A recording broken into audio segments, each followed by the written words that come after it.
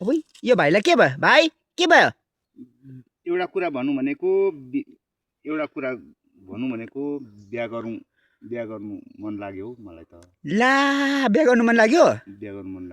अनि तेरो त बेला भएको छैन तेरो अफि भयो नि म त कहाँ बिहा गर्छु नि हौ गर्नु मन लागेको अहिलेदेखि हैन कलिलै छसो त्यो बिहा गर्ने कहाँ यति बेला बिहा गर्छौ कलिलो उमेरमै गर्छु नि हौ अरे बिहा गर्ने बेला भयो नि हौ बुढीहरूलाई हेर्नु सक्छ के पछि हेर्छु नि हौ पर्दैन बिहा गर्नु कलिलै छस्तो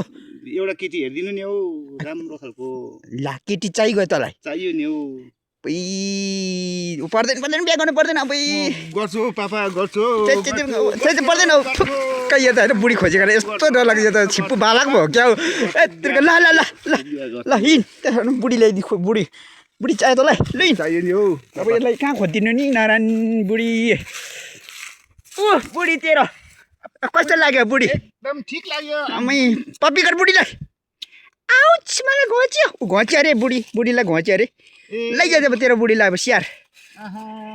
I love you. आशीर्वाद थाप बाउकोबाट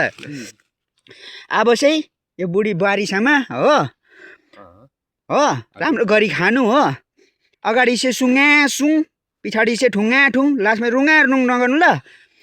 पापा हुन्छ राम्रो गरी खानु खान्छु ल बुढी लिएर जा खुसी भइस होला नि खुसी भयो आमा खुसी भयो एकदम खुसी नि हो ल भाग कुदिहाल आमा बुढी पारा आमा